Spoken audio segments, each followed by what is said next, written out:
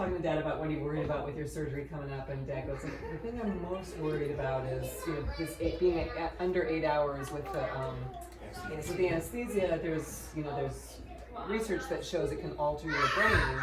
So if you're on the beginnings of dementia, it can accelerate dementia. And I was like, Dad, I'm not sure that you have dementia. And I was like, here's a test question.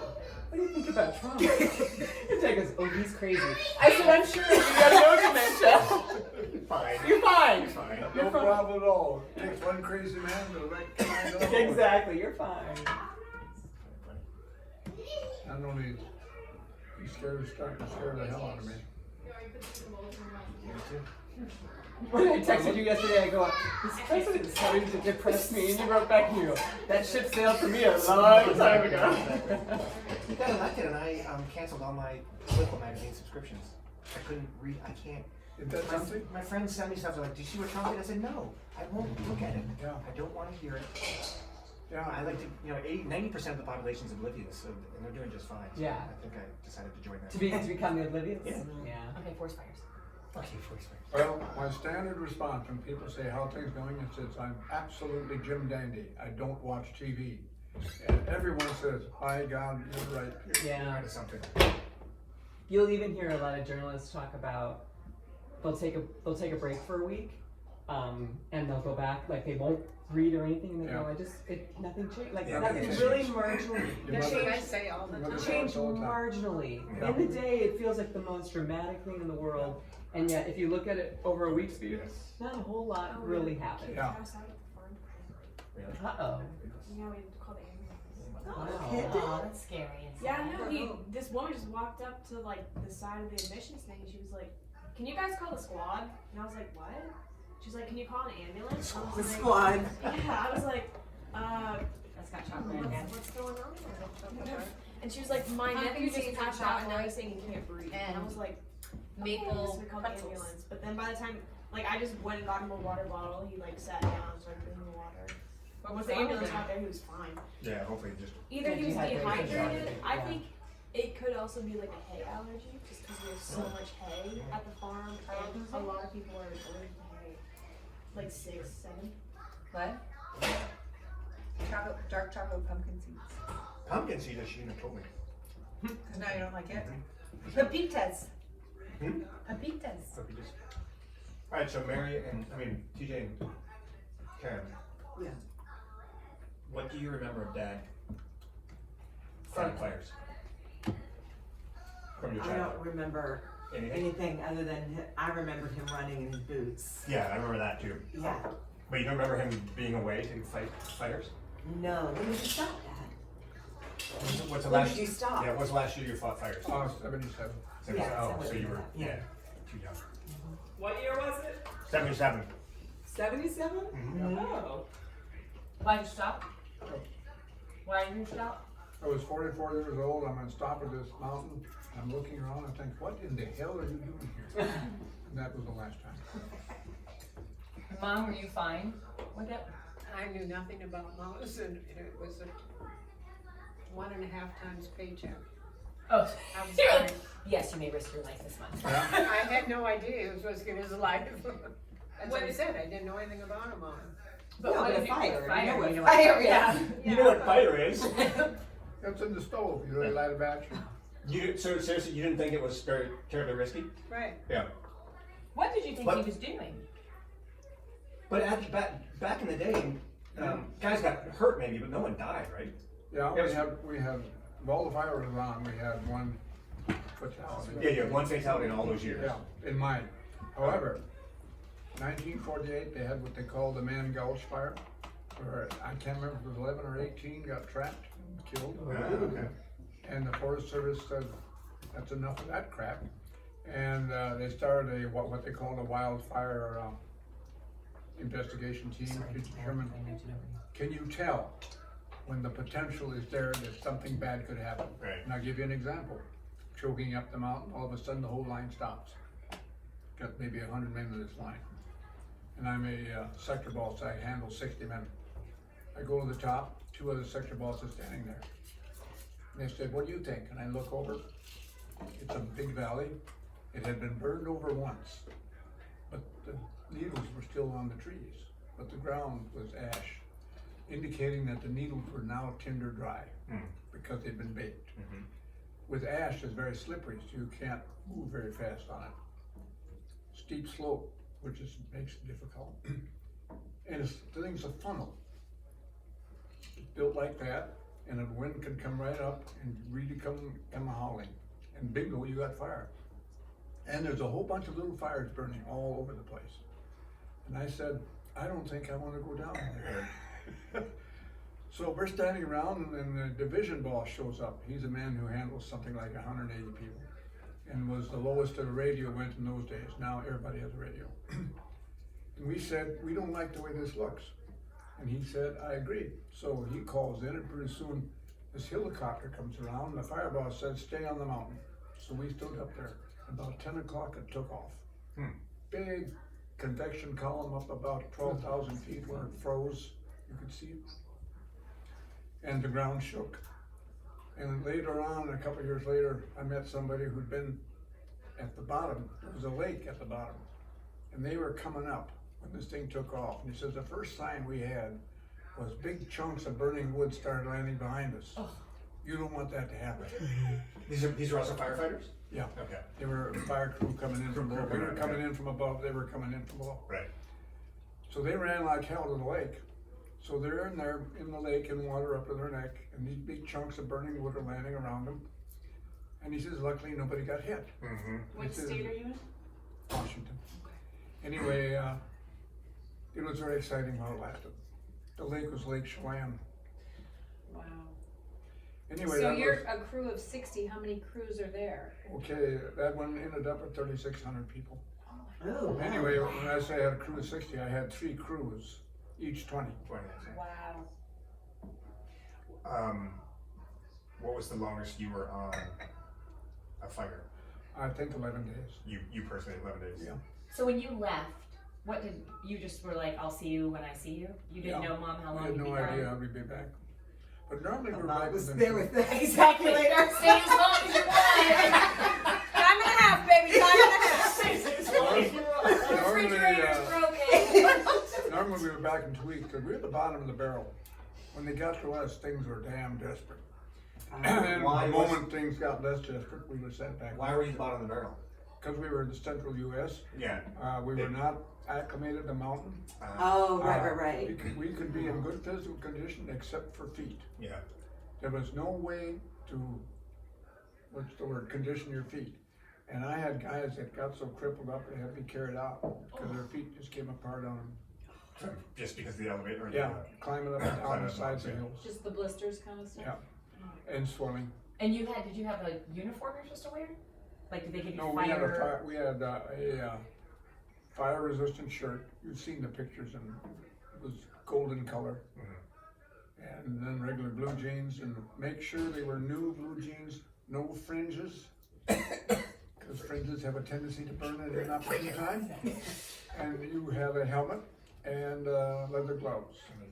And what about your shoes? You just wore whatever you wanted? What? What shoes were you Oh, told we to wear? wore our regular wood shoes. Were they like steel-toed or no? No, No. I only had steel-toed boots once. Okay.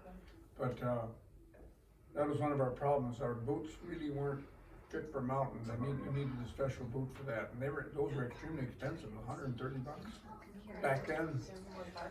So, of course, in my mind, you were always going to the West Coast to Yeah. fight fires. Was that the case, or were there other fires in other places? I was sent to Michigan once, 120 square mile fire. That attracted a lot of people. That was really weird. The state was fighting it, they were overwhelmed, so they called for the Forest Service.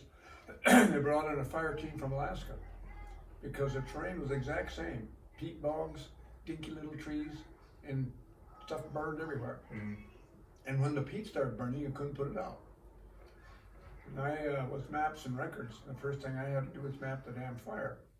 So I got aerial photographs, National Guard helicopter, female type reporter, male type reporter. And they're juking this helicopter all over the place. And I'm thinking, are they dodging SAM missiles? What the hell, you know? And I'm starting to get airsick because I'm looking at this, I'm looking down, I'm drawing signs, looking at this, looking down. finally we get back down, and I asked the pilot, what in the hell were you doing? He says, well, didn't you notice? He says, that woman back there didn't have a bra on. So we were making her bounce. And I said, thanks a lot. Karen's face. Thanks a lot, buddy. Anyway, when I mapped it out, it came out to, I think, to 122 square miles. Okay, I show up. Here's chow line. Grandma's in it, Grandpa's in it, bunch of kids are in it. What the hell? And the fire boss from Alaska arrived exactly the same time I did. So he says, I want a head count on the chow line. We were serving 200 more people than we had on the roster. So I grabbed some guys and said, what the hell? I said, man, they're serving good chow here and it's free. So I go to the what I would call the mess sergeant, chief cook. He says, they walk in the door, I feed them. It's not my job to decide whether they should be fed or not. Okay, so the fire boss says, okay, let's shake this place out. He says, the first thing I want the state trooper to put a roadblock on the exit. And then we're gonna tell these people to go home. Holy crap. Fire pumps, sleeping bags, blankets, all kinds of good stuff in those cars. Was kind of evaporating. Oh, they were stealing too? Yeah, well, I wouldn't call it stealing. It was government equipment. It was government stuff. They were there to We put paid the for government it. in. And some 2,000 feet of fire hose. And we grabbed the guy, and turned out he was a volunteer fireman. We used the same size hose they used. How would you get from Minnesota to the fires? Wisconsin. Or Wisconsin to the fires? How did I get there? I drove. You would drive to California? Or Oh, to wait a minute. Washington You State? said, I was talking Michigan. I drove. No, Michigan makes sense. Oh, we go to Rhinelander and fly from there. You'd fly? On And a commercial airline or on a what? A regular airline. Okay. I became famous in the Forest Service. I had my 20-man crew down to the airfield in Chicago. Skycat pops up because he can tell we're different than everybody else. He says, are you the fire crew heading west? I says, yes, sir. Follow me. You get in this plane first class. They kick all the first class passengers off. Now the plane is going from Chicago to Boise to Vegas. The high rollers all got kicked off, but their luggage was going. So we're taxiing, and I said to the man, what's going on? He says, one of the owners of this airline has a big lodge in Idaho that's being threatened.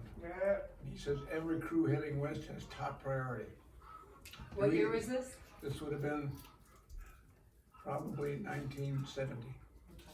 Anyway, free drinks, 1 drink per person. Half my crew doesn't drink. The other half drank double. I thought, oh God, I'm gonna get to Boise and the crew's gonna be half drunk up. So anyway, we get near Boise and the pilot announces over the plane that he has a Forest Service fire crew on board and he knows the fire they're going to, because apparently the chief had told him. And he says he's gonna dip a wing so that we can get the crew boss and the squad leaders can get a look at the fire. The verdict was unanimous. We didn't want to go to that fire. It didn't really? look like a fun fire. I mean, everything was like this. And it was burning all over hell. And you would almost have to, I've been on fires where you use ropes to let people down to get at the fire. That looked like one of those.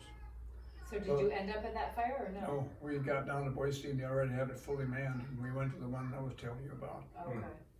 3,600 people out, I think, some figure like that. And you know the interesting thing, we were never short of water, we were never short of chow, and we always had a place to sleep with a sleeping bag. And I don't know how they did, but they would ramp up from 0 to 3,000. Yeah, somebody's running logistics. So Yeah, is it the 24 Forest Service hours, doing yeah. it? Or do they have somebody else doing it? Well, Boise was what they call the Interagency Fire Control Center, and they had monstrous warehouses full of stuff, Okay. and they shipped them out from there. And they had another warehouse, I think, somewhere around Southern California, and one somewhere in Texas. That's where they also housed aliens. Anyway, like I said, She loves her humor. I like the jokes. I love my jokes. we never ended up short of water or of chow. Did you ever hear the story of when? I haven't heard this story since Chi River when he was trying to impress me. I was just thinking, what was the story he told at Cheap We got River? back. I was. Good. I'm gonna marry this boy. His dad's hot. On fire, if you will. On fire, Right. on fire, if you will. That's right. Do you have any memories? What was of the story? Oh, sorry. I remember Dad leaving and coming back. Yeah, I can remember that. Yeah. And mom right tallying money. I just remember it being just. I actually don't remember you being gone. I just remember you coming home. We always run out because we could see Dad with a beard. With Right, the, yeah, right. I was able to see him with the beard. So it And was you were always kind of like in a pissy mood, to be truthful. Oh, really? You were like, tired. it's great to see Dad. No, run away.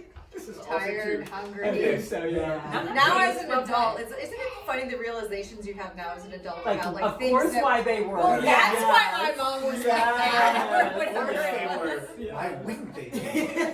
We used to talk about Mom that way. We're like, why would Mom every night at 9 o'clock be laying down on the couch? That's why. The same reason I'm laying down on the The couch. one that I remember is that we always had to clean the house before we left for a trip. Yeah. I was like, that is ridiculous. Yes. We're leaving. And now you Yes, know, you're like, yes. oh, thank God the house Yes. is clean. Yes. You do that. Oh yeah, it makes a huge difference. I got a warm fuzzy from Julia the other night.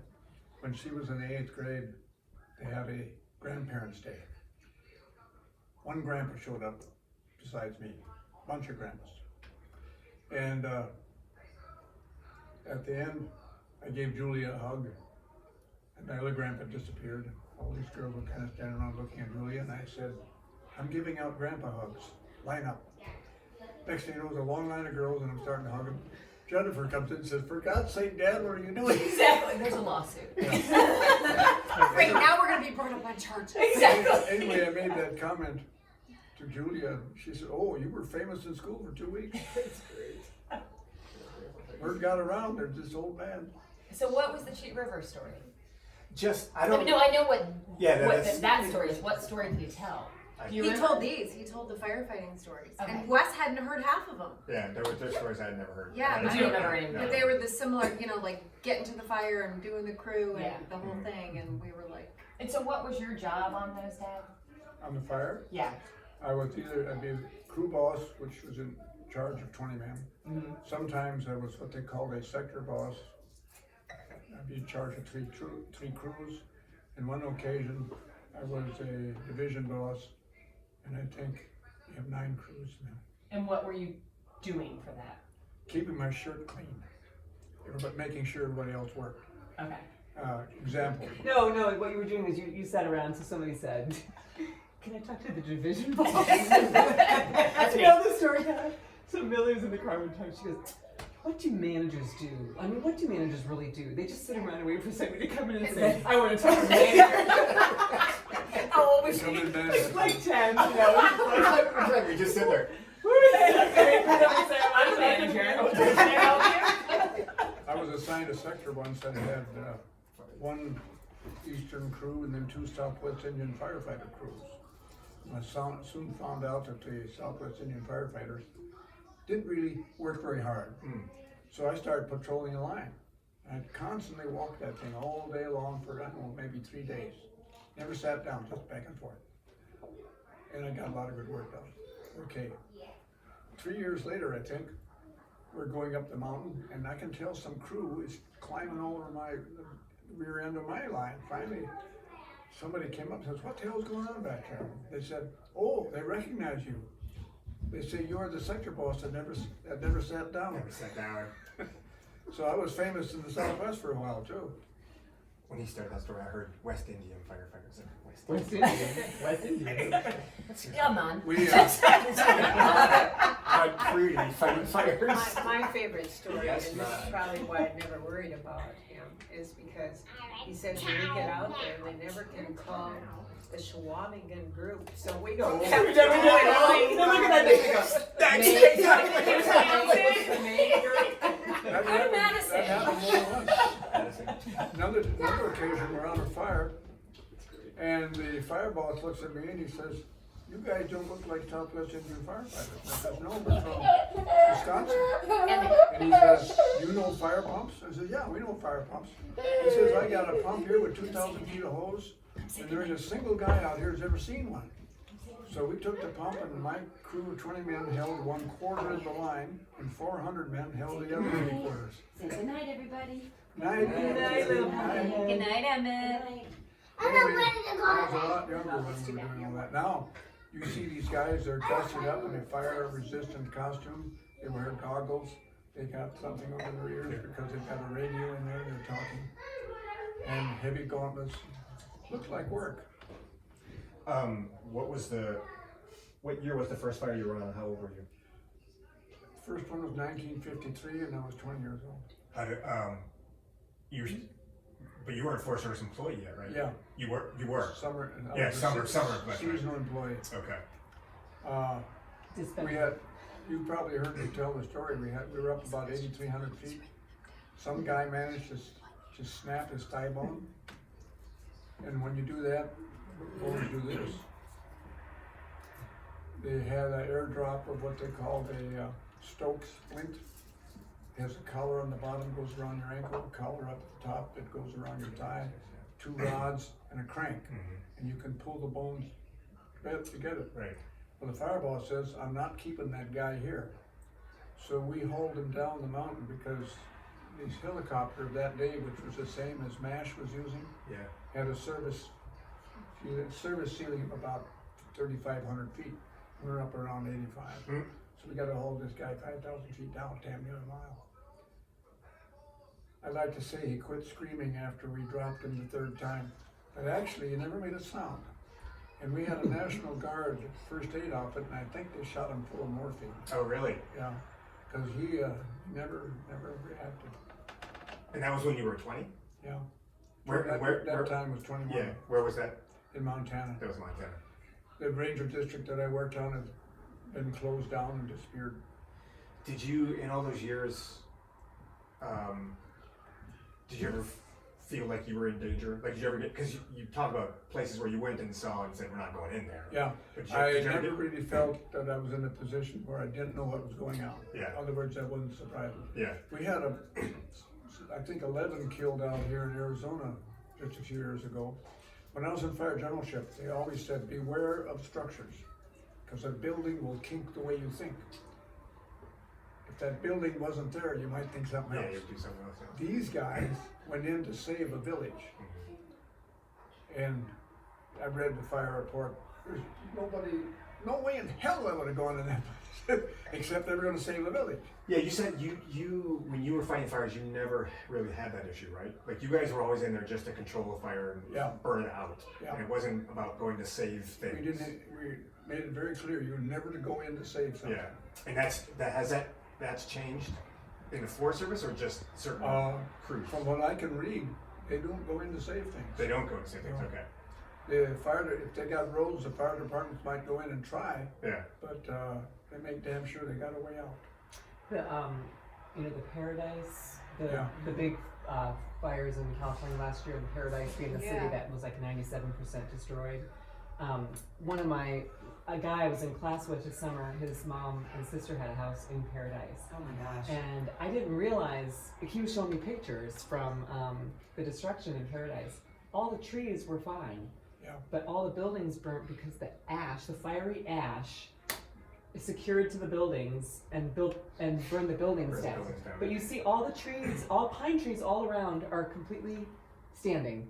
But it was the way the So ash, it's just jumping from building to jumping building. to building. It was ash secured to the siding and just burned the building. Because it's all composite. You build a house with a Right, shrub right. roof and nice cedar siding, Right. it's gonna burn. Yeah. And was that the one caused by PG&E? Yeah. Yeah. Did you What Because really the happens? the so-called campfire. What really happens is the shingles off the roof Like- fold out and I land. don't know, I They'll go a quarter mile. Say it again? Shingles off the roof, Okay. they catch fire, burn loose, go up in the convection column, and float out a quarter mile and land on the roof. And whatever it is that they land on, they start that one? Yeah. Ah. And of course, everybody's into shake lows. Yeah, so I was surprised because I was expecting to see complete destruction in these pictures. But all the trees were just sitting right there. Yeah, the and fire houses was not burned to the carried ground. by the trees, it was carried by the buildings. Mm-hmm. I got a bad attitude. If you're gonna build in a forest, expect the damn thing to burn. And we only have one way out. Rose and I are visiting in Northern California. We stay at a travel club. Little winding, 1-lane road, couple one-lane bridges, and finally get to the house. Big ponderosa pine, needles that deep. And Dad goes, I'm staring around at this, and the guy says, "I know what you're thinking." And I said, "Yeah. Do you have fires around here?" yeah. He said, "Well, we have a system at the county court. Fire starts, they hit a button, and every phone rings, and a voice says, 'Get out of Dodge.'" And he says, "We got it down to 10 minutes. Blankets, 3 days water, 3 days food, papers, family photographs, family silver. We were out 10 minutes." I said, "That's pretty good." He said, "There's a reason. Most people back in here are fifth wheelers. Grandpa brought them across that bridge, that much clearance. Right. When Grandma gets the phone call, she's gonna hook up." He said, "I guarantee it. First Grandma hits that bridge, is gonna drop a wheel over, and that'll be the end there. There's We're no gonna way be out of there out. before Yeah. that happens." What do you have for? Is that the door open for everybody? Did you see those Not too pictures of cool the people at all, from I their guess. cars? What's The that? people, Because we like the driving. drivers trying to drive out, and just the flames around them. I'm Yeah. just like, Oh, yes. It just That's looks like wild something video. straight out of Dante's Inferno. We It's had, so spooky. Always had Australian firefighters in our training sessions. They would come over. They showed us some photographs. They had one fire there where 26 vehicles were trapped, and nobody got out. Mm. And, just bumper to bumper, empty cars. Thought, holy crap. You see, they have eucalyptus. And eucalyptus, one tree is like a pint of, or a quart of gasoline. Oh, eucalyptus burns like that. Yeah, well, you've run across eucalyptus oil. Yeah. Eucalyptus oil. Yeah, I guess so. It comes out of eucalyptus Yeah, trees. Yeah. And you had a place here in California where a long avenue of eucalyptus from the valley all the way to the top of the mountain where there was a little settlement. How nice McMansions. And they showed that, and the Australian said, sooner or later. Mm-hmm. Sure as hell, I think the next year it burned all the houses down, and 2 firefighters got trapped up there and were killed. Bad news, but they said, don't plant eucalyptus, just don't do it. Yeah. Anyway, that was the old days, I was younger then. We started getting women in fire. 67, one girl showed up. The fire boss says, "There's no way, I got a daughter like her, I would have her nowhere near this crew, get her the hell out of here." And she left kicking and screaming. By 70, we had women in support services. By 73, we had women on fire crews. Last fire I was on, not a woman to be seen anywhere. Thought, that's odd. Finally figured it out. Our support services were trustees from San Quentin. Some of them hadn't seen a woman in 10 years. Yeah. Everybody went sexist on that. They wouldn't let a girl near that Yeah. place. Ew. Fire was safe, but not the men. Not the fighters.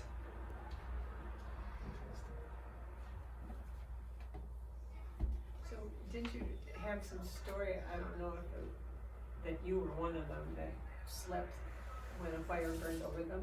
They were so tired, the firefighters, that they were in their sleeping bags and the fire went over them. The fire burned past them while they were sleeping. Yeah. Not quite. We made shelters, and I'm sleeping in this shelter, and I'm having the wildest damn dream, yelling and cursing and clash of steel, I get up in the morning, a fire had swept through the camp, the whole crew had been turned out to beat it off our little shelters, and I missed it all. Nobody missed me.